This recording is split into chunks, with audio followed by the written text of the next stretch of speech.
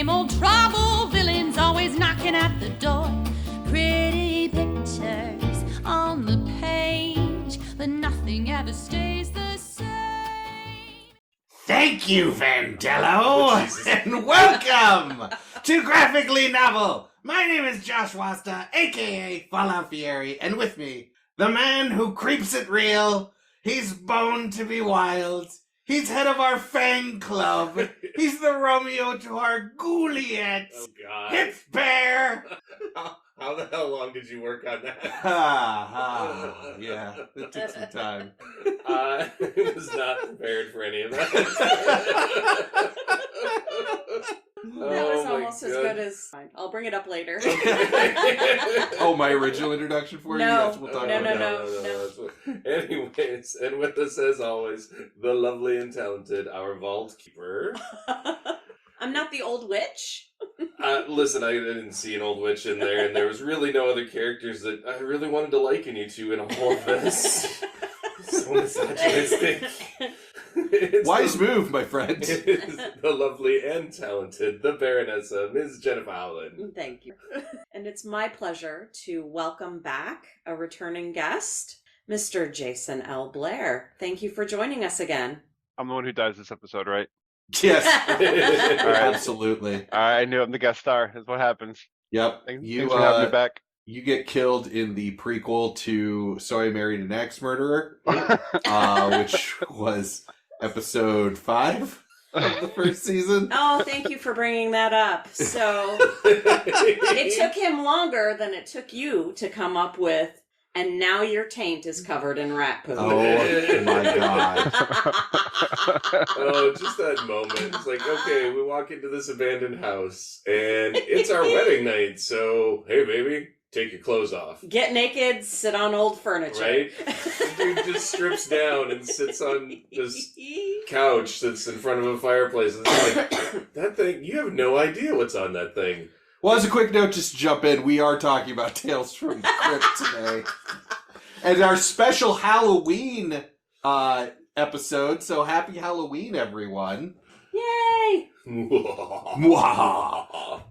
As you are listening to this, well, if it is Saturday, the 29th, we will be going and seeing Vandello at a winery. Oh, yeah, I forgot all about that. Yeah, it'll be a good time. But, yeah, so Tales from the Crypt. We're going full spoilers on this one. A, because in order to get the DVDs for this, and there are no Blu-rays, which we will discuss why, it costs a lot of money. Because nobody wants to put this on Blu-ray. No, actually, that's not the case. Yeah, There's a story. high demand for this property. Yeah.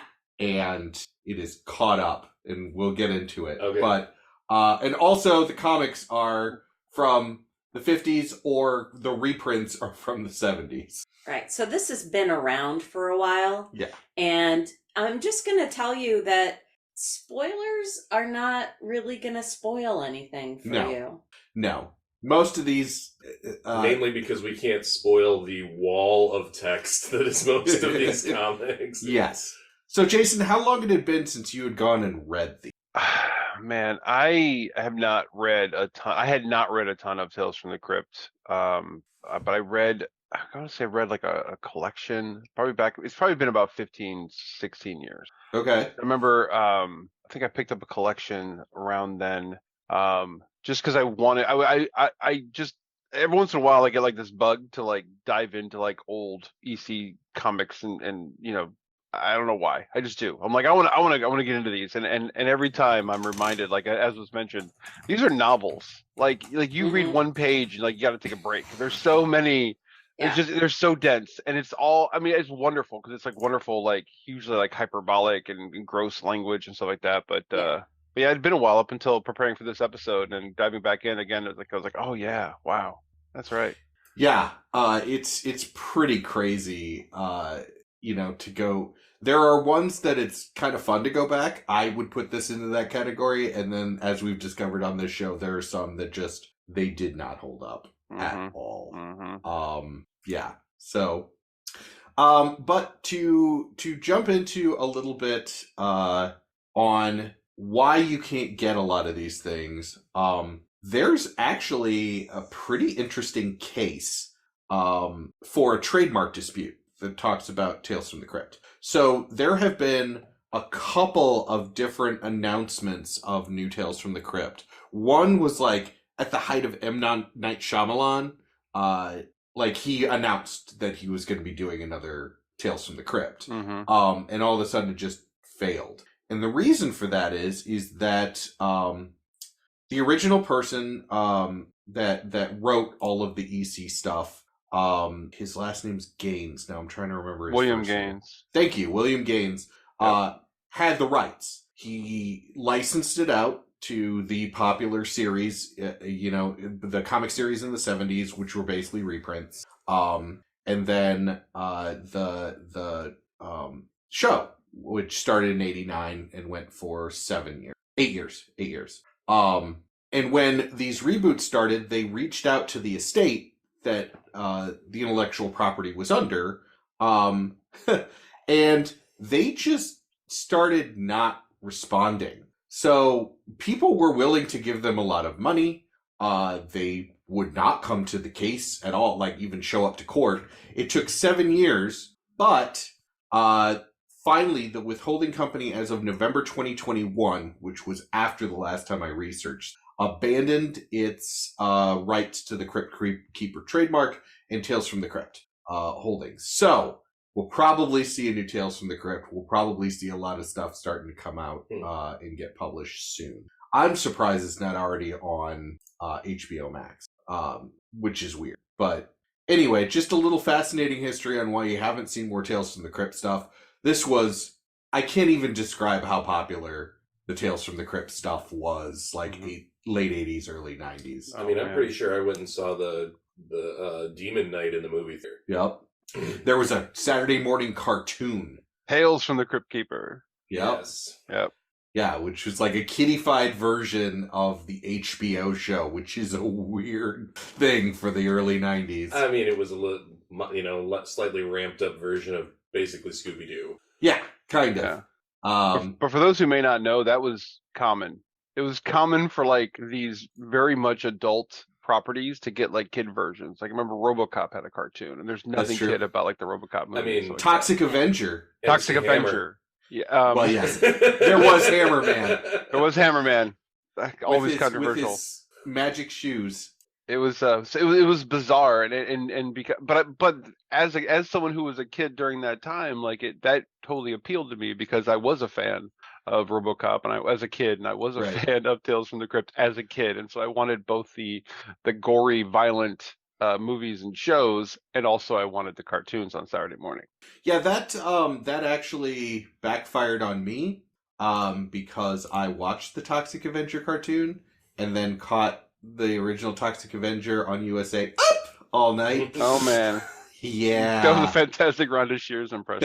Thank you. I probably could have done Gilbert, but more people know Rhonda Shears hosted that show than they knew Gilbert hosted that show. I mean, that image is still stuck in my mind of Rhonda Shear hosting that show. So. That's just because you were impressionable and boobs. Yes. Yeah. Also, on before Silk Stockings. Ooh, Silk Stockings. Oh my Which god. streams. I found it the other day. It's on a streaming service. I mean, I won't because I have access to real porn now. Still watching like scrambled television signals, trying to find the outline of the boob. Ooh, I think that was a thigh. Oh, man. That's somebody's fetish out there, and I'm so sorry. They're stuck in scramble vision. That's... Anyway. Very specific. So, Tales from the Crypt. And so you, as we checked in, have the DVD set. So going back and watch. So do you watch them regularly, or was this an occasion to go back? This was an occasion to go back. I love Tales from the Crypt when it was on. HBO was the cable service that it was like the pay channel service that my family had. So I was so lucky and fortunate. Like I got to watch Tales from the Crypt. And so this, I want to say it was a while ago that I asked for them, and I got them all for Christmas. I got all I got the entire run on DVD for Christmas one year. Wow. Wow. And I went back to it, and I loved it even more. And kind of what's great about, well, I mean, great is, I'm a fan of I'm someone who kind Air of likes like quotes. snapshots. Yeah, you can tell, you could feel them, right? Like butterfly wings. Like the comic is very much of its time, very much like pros and cons. I'm sure we'll get into those. And the television series is as well. But I love going back to it because there are these wonderfully morbid morality plays. Right. And so yeah, going back and watching some of my favorite episodes, including the Larry Drake as Crazy Santa. Yes.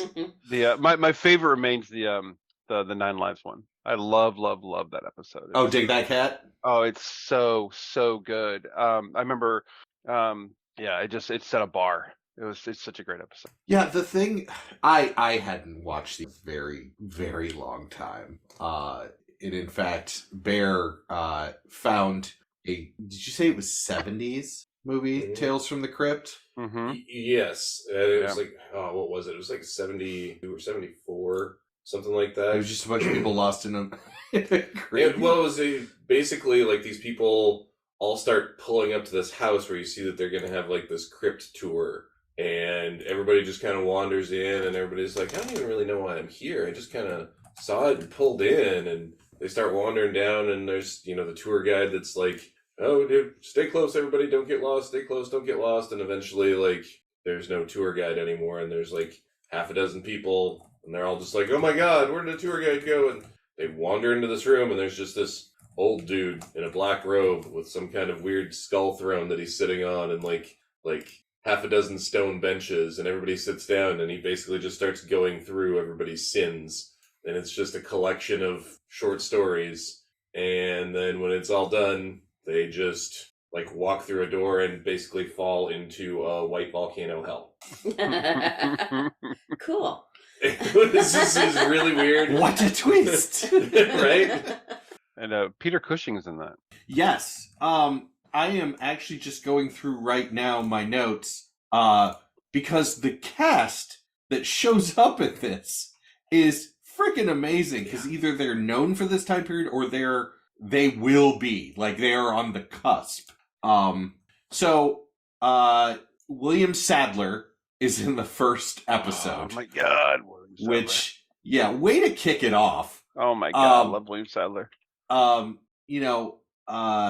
Mary Ellen Trainor, Larry Drake, as you mentioned, Mm-hmm. Joe Pantoliano, who I love him in everything. Shows up everywhere. Yeah. Leah Thompson. Yeah. As Bear said, as we were watching, he was waiting for Howard the Duck to show up. Amanda Plummer, and this must have been either just before or just after Single White Female. But we were joking about how it is the prequel to So I Married an Axe Murderer, where she was Rose. Because it has to do with marriage, and it has to do with an axe, and it was fantastic. So, Jason, you said the cat episode is your favorite. Oh my God. Bear and Jen, how about you guys? I mean, I have a new favorite after last night. Yeah. Seriously, the whole, like, I'm just gonna get naked here in front of the fire. I'm gonna tell you to get the naked. Amanda Plummer episode. Yeah. Definitely. Lover come hack to me. Yes. Yeah. And he just kind of plunks his naked ass down on this dusty old Jays. couch that hasn't seen, like, the house hasn't seen use in God knows how long. And it's like, dude, you got rat poo in your taint right now. Oh my God, yeah. Jen, did you have a favorite? That was the same one. The same one. Yeah, Okay. because she lost her shit after Yeah. I said that. You don't remember? She made you pause the show? Yes, it's true. I was laughing so damn hard. Oh my gosh, I'm just looking at IMDb, and it's like, yeah, we've brought up some, but Patricia Arquette, Over the next few seasons, yes. Demi seven Moore, seasons. yeah. Yeah. Holy cow, Richard Thomas. Yep. This thing drew a lot of talent in front of the camera and behind the camera. Like Tom Hanks directed an episode, Schwarzenegger directed an episode. Like it's Yep. Don bizarre. Rickles. Curry. Don Rickles, yes. Yeah, Bob Hoskins, Tim Curry was in there. Mm-hmm.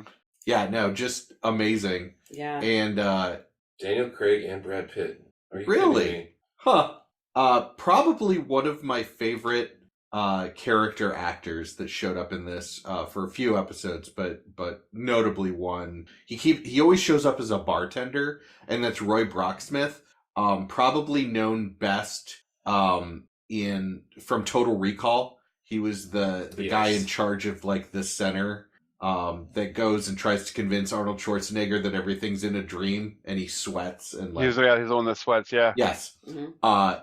He is fantastic in everything, but I didn't realize until I looked at the IMDb. He did 3 episodes and he's always the same bartender, which means that all of these things are happening either in the same city or with this like bar out of time that is the Tales from the Crypt bar. Yeah, Bobcat Goldthwait showed up in this for apparently a 2-parter. Clancy Brown. Clancy Brown. Clancy Brown. We do love Clancy. Holy cow. I'm going through, it just doesn't stop. And it's like, Right? there are so many big names that were in this Bruce TV Davidson, series. Lee Ironberg, Brad Garrett, Martin Sheen. Sam Kinison, Jesus, Roger Daltrey. Isaac Hayes. Oh, Roger Daltrey during his acting phase. Yes. Those couple of years. Yeah. Benicio del years. Toro is in an episode. Oh my God. Lieutenant Phillips. So this, especially since this is our Halloween episode, I did want to bring up like other things like this because we have like full horror movies now, but we don't have anything like Tales from the Crypt, which I would also place into the category of like horror movie hosts. So like you look at like Svengoolie and you look at Elvira. Sure. And a lot of even Billy Bob Thornton for a while. Why do you guys think it is that we don't have anything like an anthology horror series that aren't movies? We do. Yeah. We do. We have, all you gotta do is go to Netflix. We've got American Horror Story, and we've got Slasher, and we've got, what was the other one that I was just watching? Like Channel Zero. Yeah, American Horror Stories I didn't put in the same category, but you're right. It just seemed like American Horror Stories, because I started watching the first episode, and they're basically anthologies about the seasons of the shows, like that tie into it, and I'm like, crap. So now I've had to go back and start watching American Horror Story. Slasher is more season by season, and it's, it just follows a single storyline for a season, and alternately gets, like, kind of Tales from the Crypty, and then kind of, like, super, like, Gorathon. Like, season 3, I think it was season 3 was, like, just super gore all the way through. Yeah, and I am not a gore or torture porn in my horror. Yeah, I only watched a couple of the Saws, and I was just like, yeah, I'm done with this series. I want psychological, or I want, like, honestly comedy. Like, if there's gore, it needs to be cranked up so high that it's like... Or it needs to be Cabin in the Woods. Yes. Yeah. Well, Cabin in the Woods had that level of... It was a combination of both psychological and campy. Right. But in this Tales from the Crypt type of vein, what are some horror movies that you all have seen recently that you would recommend? Jason, I'm going to go with you first because I know you got a list somewhere. So it's actually been a while since I've watched watched horror movies. Are you like specifically within like the Tales from the Crypt vein?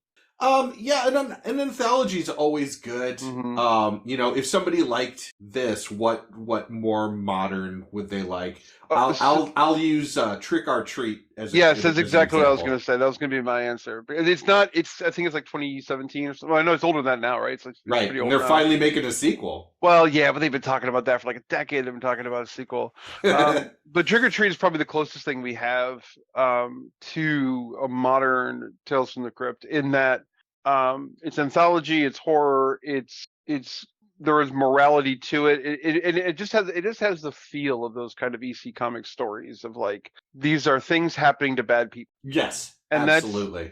That's the thing that I think differentiates like Tales from the Crypt from a lot of other is that they're ultimately, again, the morality plays. So they're ultimately about bad people getting their comeuppance in some way. And there are exceptions to that, but yeah, I think Trick or Treat is great. I think so me, I love middle grade horror. Yes. And that is where horror anthologies have thrived, is targeting to the younger audience. From the 90s with Goosebumps and Are You Afraid of the Dark to The Haunting Hour in the early 2000s to Creeped Out. If people like that at all, if they're, because like you were saying, you don't really like the gore, and I don't really like the gore either. I like imagination. That's ultimately what I want. I want new ideas. I want imagination. I want these to be imaginative tales. I don't want to just see the same ideas over and over again. I highly recommend any of those series. Like and there's plenty more too. There's once you start falling down that hole, like I think Bear said about the Netflix, just go to Netflix, and once you start watching one, you'll get tons of recommendations. But yeah, I recommend those, even though they're not all brand new. I think they're fantastic anthologies. Absolutely. Yeah. I mean, yeah, it's rough because I love an anthology, especially when there's a through line. Mm-hmm. Like done extremely well, and it's not horror, but I would recommend 4 Rooms. 4 Rooms, which is a fantastic movie done. Yeah. Each room is done by a different director, and then they all tie together. And that formula is something that will always pull me in, right? It's you're going to watch 3 to 4 different stories, but they all have a through line. And I don't know. I really, really love that. Go is another good example. But I have yet to see it done that well. Usually a horror anthology is just 3 or 4, boom, the thing I like about Trick or Treat is that there isn't necessarily a through line, but they are stories that are happening concurrently, and they intersect with each other, and characters will cross paths from one story to another, and it's just it tells a wonderful, like, multiple stories set in like a town, right? Which is also great because it also messes with you when you're trying to follow like a timeline in Trick or Treat, and they purposefully kind of moved it around, derail you, and it's pretty cool. Yeah, I would say that Go is a lot like that. Yes, yeah, absolutely. With the whole, like, all these different storylines smashing together, right, at certain points. But to open it a little bit more than the anthology, modern horror, and kind of like this is a heyday. I was not a horror fan up until probably a few years ago, and I've been playing a lot of catch up.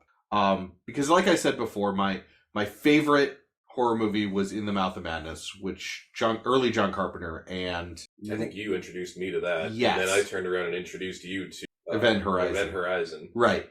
But more psychological than anything else. There's some gore, but it's not, over the top, and it's more messing with your head. I was actually just reading an article the other day on Google about how the ending to Event Horizon was actually like way more gory, and like they did like their test audience and stuff like that, and people were getting up and walking out. They were like, no. And so they actually had to tone it down. That makes sense because the ending is like a Hellraiser. Yeah, basically.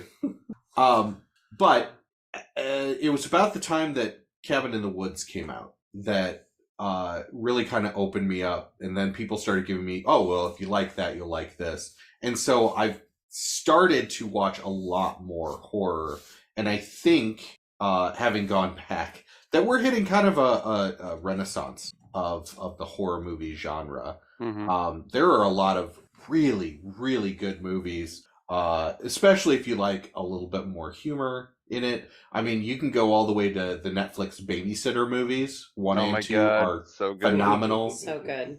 There's a movie called Final Girls. Final Girls was so awesome. There's one called Final Girl as well, so just know Final Girl is a little more serious. Final Girls is the one you want to look for. That's the one with the Malene Ackerman. Yes, that's the one where the group goes into an 80s slasher movie, which is great.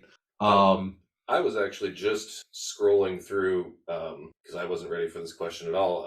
Was going through and like scrolling through my Netflix, like stuff I've been watching, and found 2 things that I think we both just kind of glazed over and went, oh, we completely forgot about those, that are horror anthologies that we've both seen. And the first one is Black Mirror. Oh, yes. Like, fits right into the genre of horror anthology, episode by episode. And the other one, which if you like a little more comedy, Love, Death, and Robots. Oh, which Right. we watched the first season. We Mhm. haven't watched past that. Watch some more of it, especially like the mini zombie apocalypse was absolutely adorable. Well, and on Paramount, if you haven't seen it, Jordan Peele did Twilight Zone for 2 seasons. So Oh good. no, I haven't. and It his is Twilight so Zone stuff good. is Yeah. legit. It's Yeah. really good. Deals a lot, like, as you would expect with Jordan Peele, deals a lot more with race, or with, like, more social issues Right. than, Well, I mean, the original Twilight Zone did that too. oh, I agree. But in the vein of what we were talking about with Tales from the Crypt and it being a morality tale, Yeah. Twilight Zone was less a morality tale and more social issues. Yeah. You know, people aren't inherently bad in the Twilight Zone to have bad things happen to them. They're just people, which make them bad. Yes. I'd also like to go back and reference one of the best air quote horror series that we've watched, which was Midnight Texas. Oh my god. Midnight Texas. Oh my gosh. Oh my god, it was so funny. It was, yeah. Oh, And so I don't think bad. it was intended to be, but it was. No, it was no, not. absolutely not intended to be, but it was so good. It was so funny. By the same person that wrote True Blood. And you could tell. Yes, you could. Yes, you could. Oh, okay. Sorry, didn't mean to derail you with. No, that's okay. Midnight Texas. I mean, there's just I want to open it up more to the topic of horror. You know, how this series affected things moving forward. Because just passing through, there are so many projects that either directly came from this series Mhm. or were inspired by it. So I'm looking at The Frighteners with Michael J. Fox. Mhm. Was going to be a Tales from the Crypt movie. But Robert Zemeckis loved it so much that he had it spun off. Death Becomes Her was Nice. called an extended episode of Tales from the Crypt. Totally. Oh, yeah. Totally Totally. fits in that genre. Mhm. Yeah, absolutely. Love that movie too.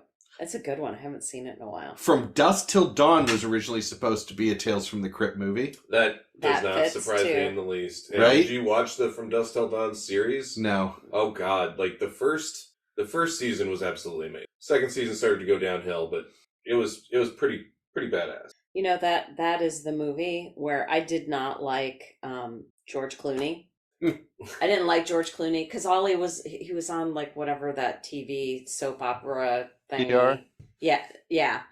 You know, I'm just like, oh, whatever. You know, I don't like this guy. And then he was in that movie, and I don't know what it was because it's not like, oh, this movie is amazing, and I can see how excellent of an actor he is. There was just something in seeing him be a character so completely different from anything else that I had seen. I was just like, oh, okay, maybe this guy's got a little bit of depth. Maybe he can act a little bit. Yeah. He's got a little bit of range. Yeah, the neck tattoo didn't hurt. I like that you dismissed him like he was a sympathetic pediatrician. You're like, no, fuck this guy. But hold on, neck tattoo and psycho. Okay, okay, we're talking now. Well, now a little bit of insight into my personality. But yes, you're not wrong. So yeah, I mean, I kind of have run through my questions pretty quick, but just on the topic of modern horror, Tales from the Crypt, opening it up. Mm-hmm. I mean, I think you're right. I think it spawned a lot more horror movie, or horror as a TV series, which you didn't really see a lot of.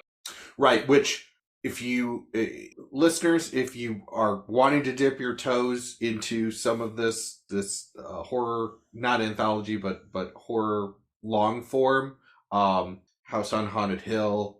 Mm-hmm. I totally forgot. Midnight about that. Mass. That was so good. Midnight Yeah. Mass. Was, Midnight Mass was amazing. I actually would put at the top of that list. But there's, like I said, Renaissance for horror. It's not all just slashers, Freddy Krueger and Jason. Mm-hmm. There's a lot of really good psychological stuff. New kind of icons of horror. Trick or Treat's a good example because it's got Sam Hain, which is a cute little kid in a burlap sack. The babysitter movies are Oh my god, so good. so good. They actually just did a trilogy of movies that they released like 1 month after another on Netflix that are the Fear Street movies. Fear Street, based on the Yeah. Earl Stein novels. Yep. Yes. Yep, and they have a through line that's really Mhm. good. Yep.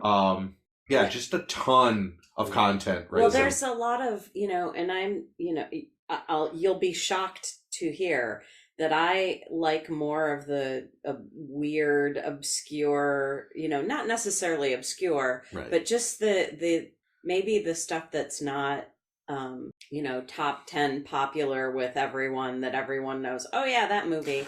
And we've watched a few that, I had never heard of that I thought were just incredible. And I don't remember if it's right. The Audition, is that the one with The Perfection? The Perfection is on Netflix. Oh my gosh, that was so good. Yeah, if you haven't seen that one really messes with your perceptions. Really, really good. Yeah. And it's all based on how cutthroat being a musician, classical, professional classical musician. Yeah. And then of course, Jordan Peele's movies Yeah. are just all of them astounding, which are great.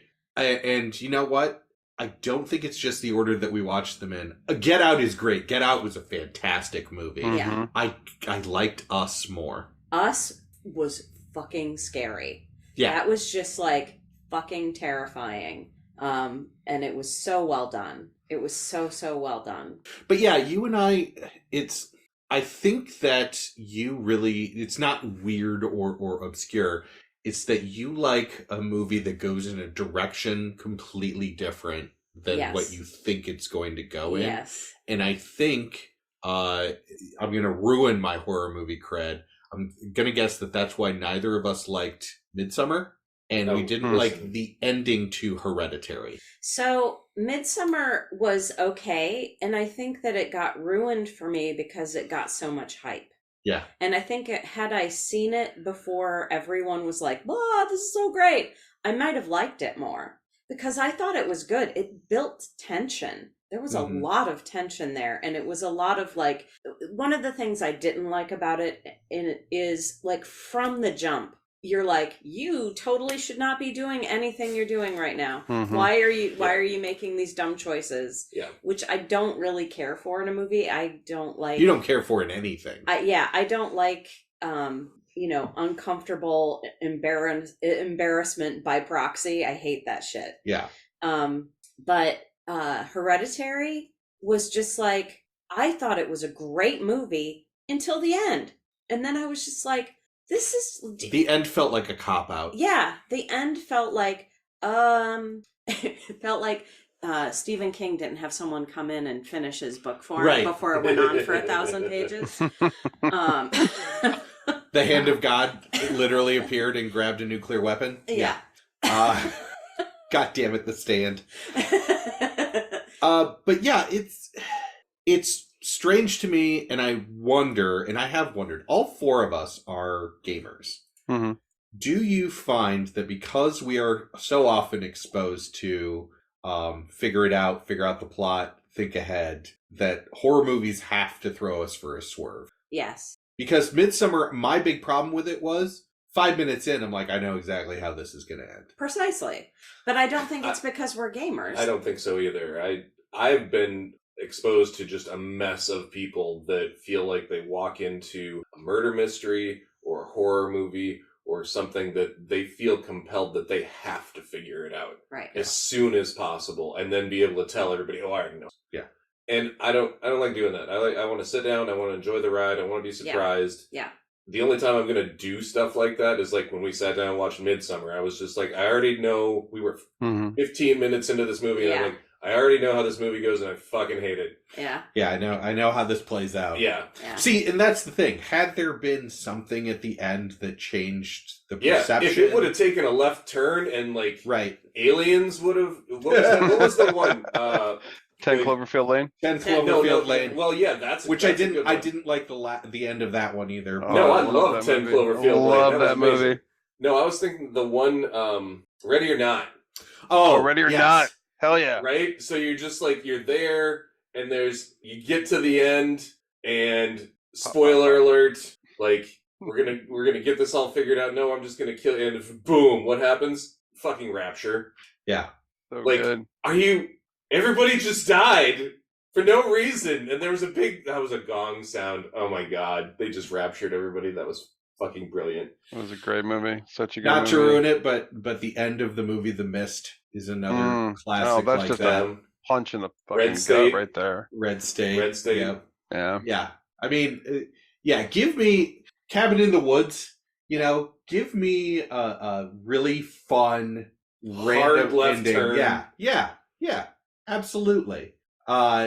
Also, since we named several movies that she's in, I would like to name Samara Weaving as Oh the my God. queen My God. of goddamn horror She's movies. the best. Yes. She's She the is fucking the best. best. Oh She is. God! If you have not seen anything with her in it, again, I you've don't got know how that's possible. Ready or but Not. please. You got both the babysitter movies. Yeah. Those are the top of what She she's was done. in something else that we were watching. Like it was an older movie, and she didn't have a main. She was in it, and Three Billboards? No, we She's haven't in seen there. that one yet. Oh, No, Three it's- Billboards Outside Ebbing, Missouri is an amazing movie. It's There such was- a good movie. She has a tiny part in it. Yeah. yeah, we saw something, and she came on screen, and I was like, "Oh, Samara Weaving!" Oh, Guns Akimbo, she was in. Oh, Yes, Yes, I remember indeed. that. She that was a great movie. She was in, still need Bill's to daughter in Bill and Ted Face the Music. Mm-hmm. Yep. She was in that Mayhem. Yep. She was in Snake Eyes. She plays Scarlet. Oh, really? Yep. I haven't seen Snake Eyes. Oh, Yeah. yeah. Oh, yeah, she showed up in Ash vs. Evil Dead. Yeah. She showed up in that for like 3 episodes at the end of season 2. Too. I was just scrolling through my miscellaneous That's viewings another one. and realized Ashley like Stevens. it's kind of an anthology series, but not really an anthology series. Follows the same family and is arguably the best horror that I've seen ever, and I'm pretty sure you've seen this too, which is Lovecraft Country. Oh, God, yes. Oh yeah. Yeah. Do not know how you can, like, if you are a fan of horror, how you can watch Lovecraft Country and just not love the shit out of it. Right. So good. Well, I mean, going back, there's so many that I want to find because they're 80s and 90s had a lot of these anthology, like Mhm. The Hitchhiker. You remember The Yep. Hitchhiker? Hitchhiker. Yep. I never actually saw any of the Hitchhiker. Oh, it's so good. Yeah, it was. Yeah, I mean, yeah. even going into young adult, there was Are You Afraid of the Dark on Nickelodeon. Still hands down my favorite anthologies. Still holds up too. Oh, still holds up.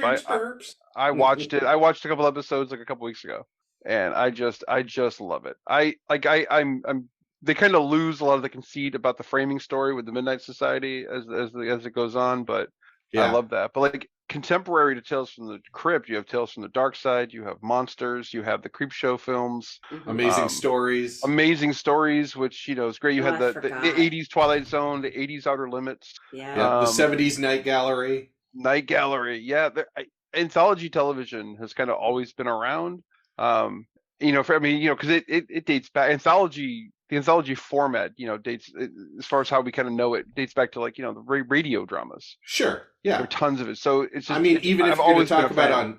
on TV, you start with Mhm. Alfred Hitchcock Presents. Alfred Hitchcock Presents. You have there's a Kurt Vonnegut one. There was Ray Bradbury Theater. Mm-hmm. There's just dozens and dozens and dozens of these shows and Outer Limits. Outer Limits. Yeah, I actually loved the 80s Outer Limits.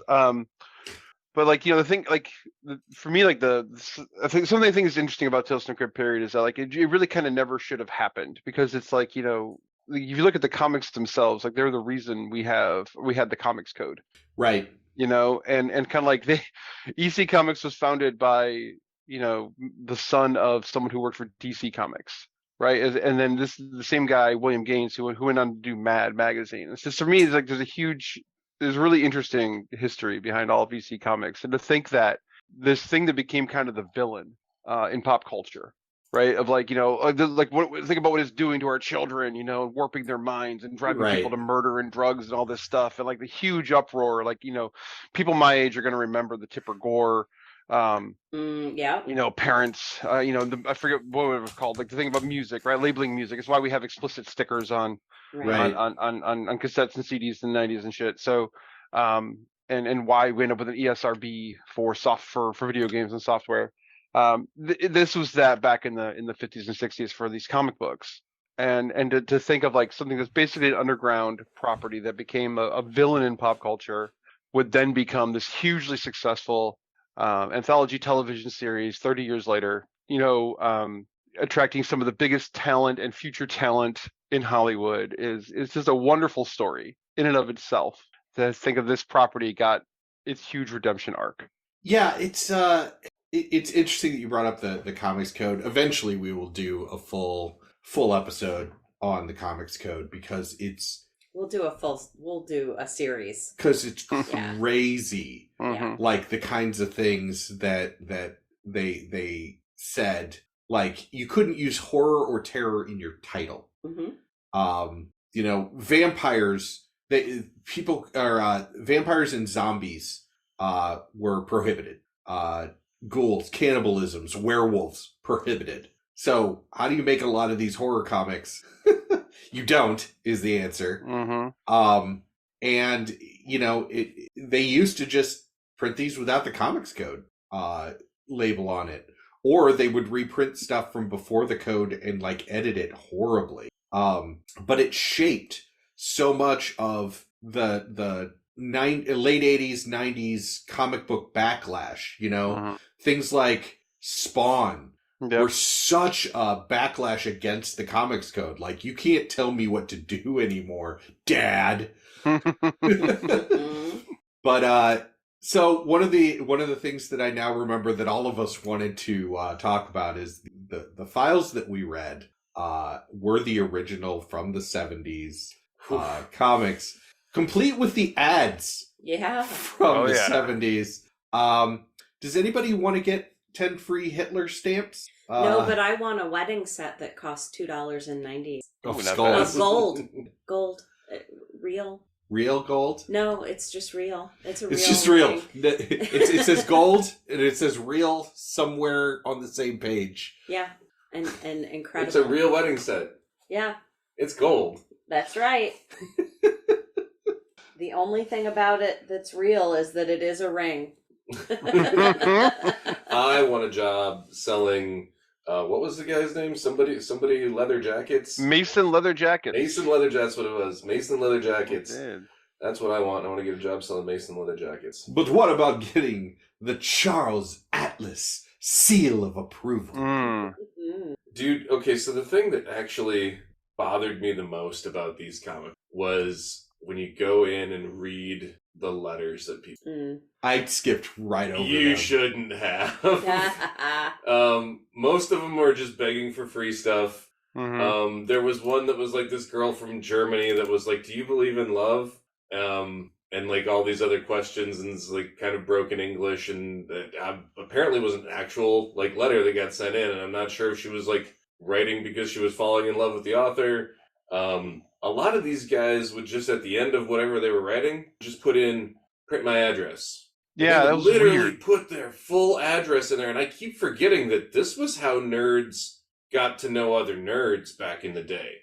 Is you would write in a letter, whatever, and then just have them print your address, and then people would just like write to each other. Write you a letter. They would write you a fucking letter. Yeah. Remember that? Yeah. Writing letters? Oh my god, I'm just looking at some of these. This dude randomly, Dick Duggan of Dubuque, Iowa, randomly just wrote in and said, the white stiffs of Dover, all of me. Why not eat all of me? I'm puking over my dead dog Rover. Right. That's the entirety of the I know. letter. That one caught my eye because it was actually a banner in the letters. Yes, that was one that the editors thought everyone should read. This was just, Crypt Keeper's Corner, literally some of the creepiest shit ever. So that letter that I read is the reason that I was able to just scroll up and find it. Is I've got the comic that I read when I was young and impressionable that stayed with me for so long, and it's in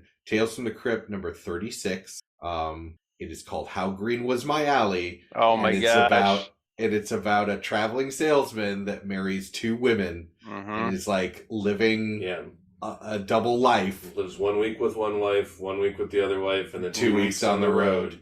and they all meet up at like some sports thing because one wife is taking up golf, the other's taking up bowling. Yep. And the last scene is the wives find out, and the last scene is the golfer is putting with his eyes, and the bowler is using his eyeless skull to bowl. Yep. It's so good. It's one of those things where halfway through you know exactly what's going to happen, but you don't care because you're like, yes, I want to watch this. I want to watch this. This is so good. And that is why to this day I do not marry multiple people. That's why. That's why? Have multiple lives. That's why. It has nothing to do with laziness. That's why you didn't become a traveling salesman? Or morals or anything like that. Well, we all knew it's not because of morals. But yeah, some of these, the best ones of these are exactly like that, Jason. Like, none of these are surprising. Mm-hmm. They're all like just these stories that you're like, okay, well, we know what the twist is, we know what's coming up, but man, I can't wait. You know, and some of these aren't necessarily morality tales, because like if you look at Curiosity Killed, which is about a woman whose friend goes missing. Mm-hmm. And she's trying to talk to like the woman's husband, and finally finds out that her husband and that guy like are working in cahoots, and she gets murdered at the end. Yeah. I mean, really, her sin was being nosy. Right. Well, and overbearing to her husband. Yeah, that's true. I feel like they tell us she is that more than we see it. Yeah. But yeah, like that's all set up, We don't see a whole lot. Like a third to a half of each panel is text. Oh my god, there's so much text. Yeah, and it's all like it's handwritten, but it's like typewriter font. Like it's so it's like, oh my god.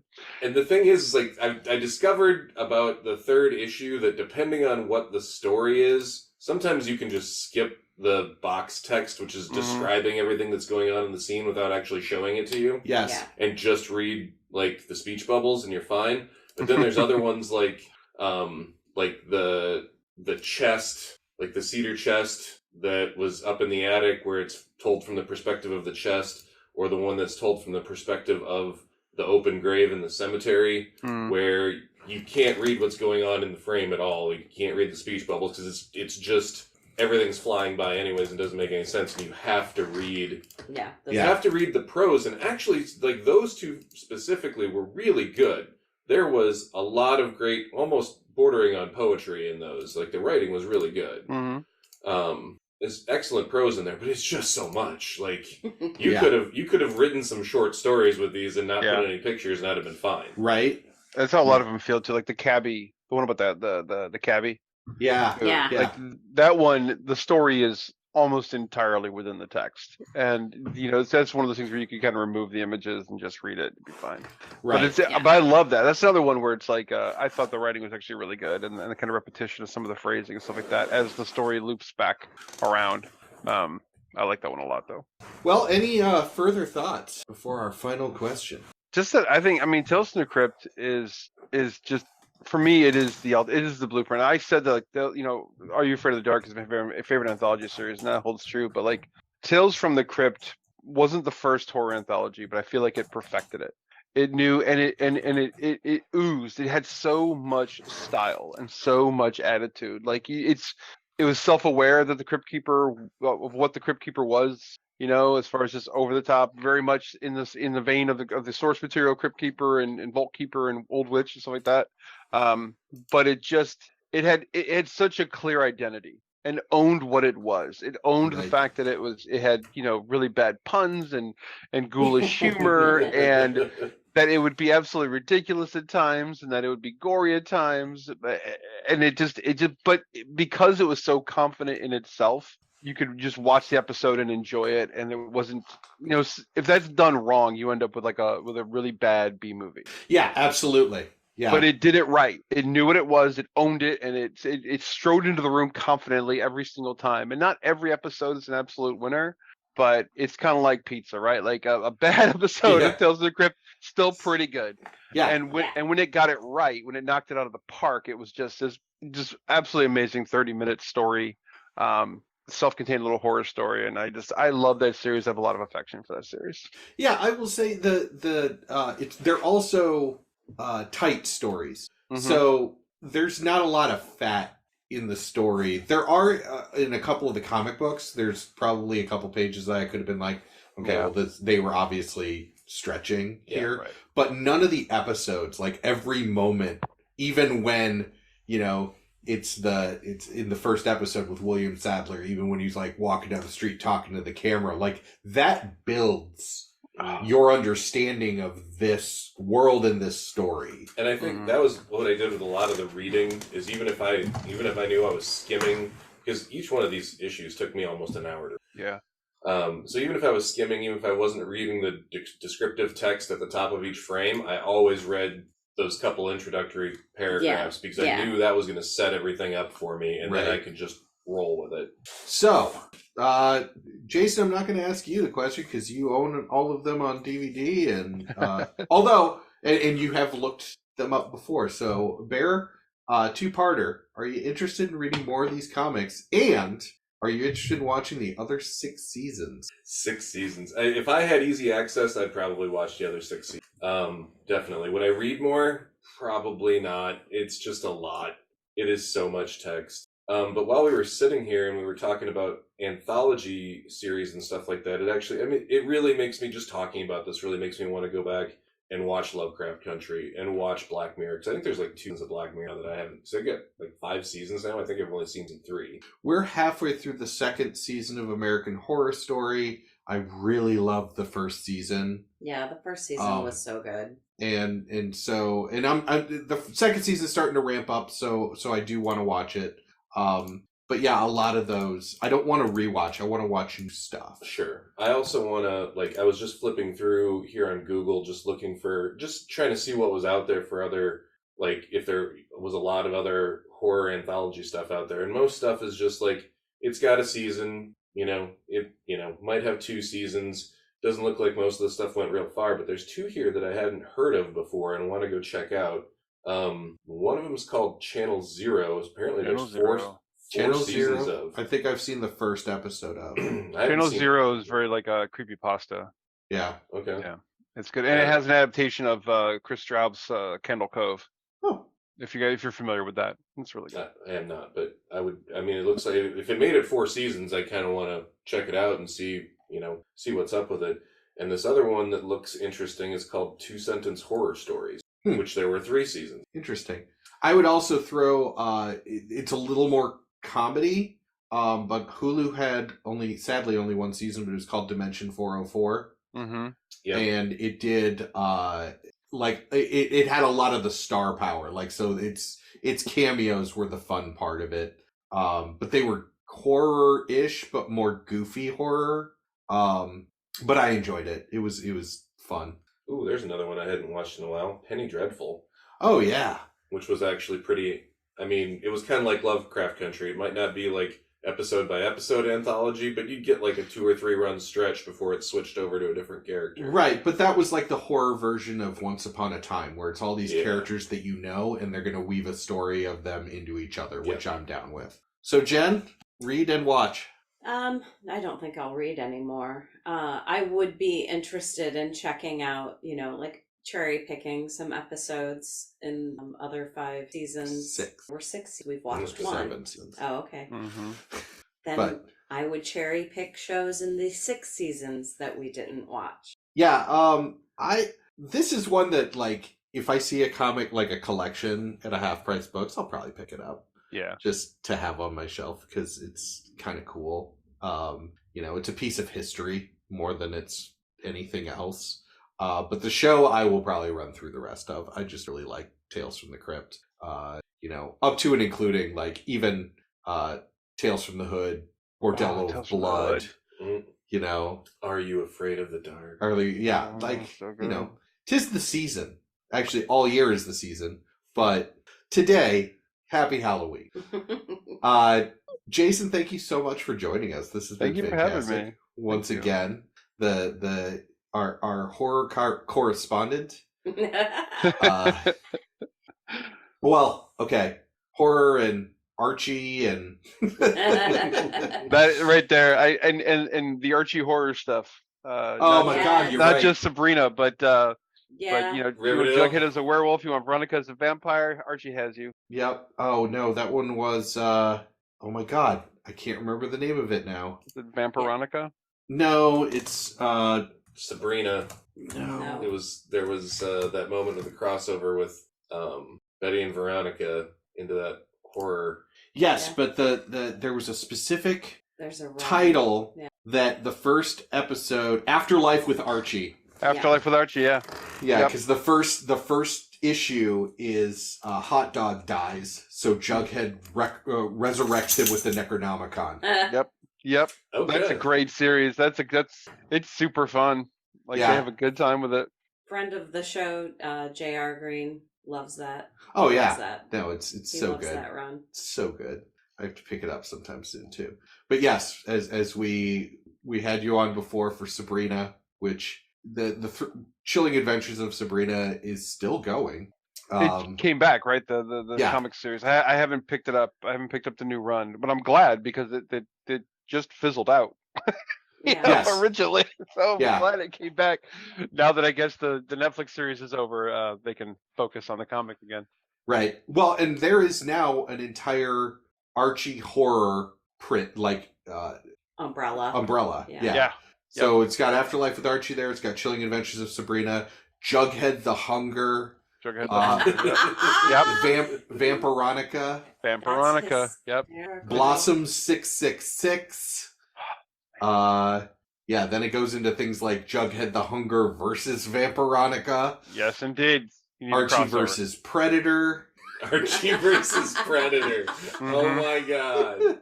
Really Yeah. rooting for Archie on that one. Yeah. Right? But yeah, so go and enjoy your Halloween, everyone. Go and be spoopy. Yeah. We all love you. Jason, always good to hear from you. Always a great time. Oh yeah, absolutely. Thank you. Yeah. And everyone tune in 2 weeks when we will be doing Shang-Chi. Which we've already recorded at this point, and it was fun. It was fun. So until then, we do have a special treat that we did not talk about. Oh. And that is Tales from the Crypt in the 90s dropped The Crypt Jam, which I played for Bear and sent to Jason earlier.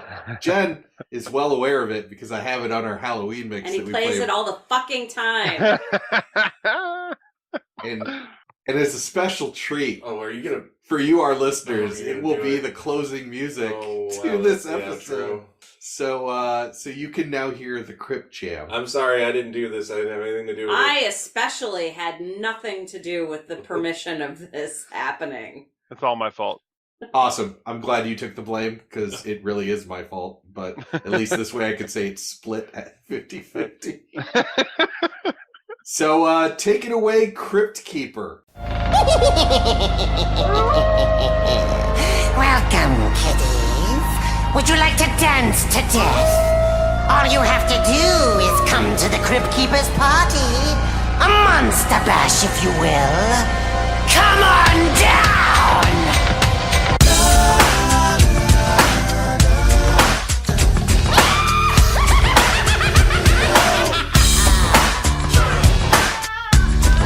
Jam!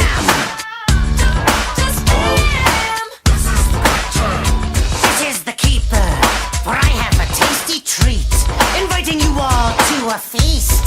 Only the best of fiends can come. We'll have skeletons of fun.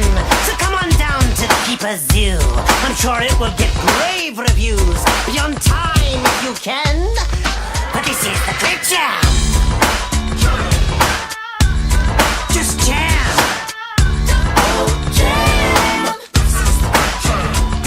The Crypt Keeper's in the house with a groove that's nasty and mean, like the effects of a guillotine.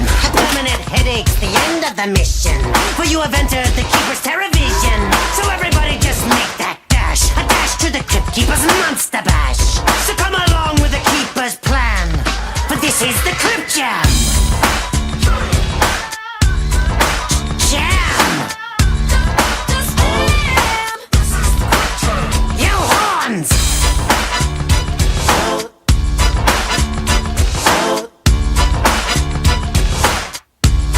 Accent!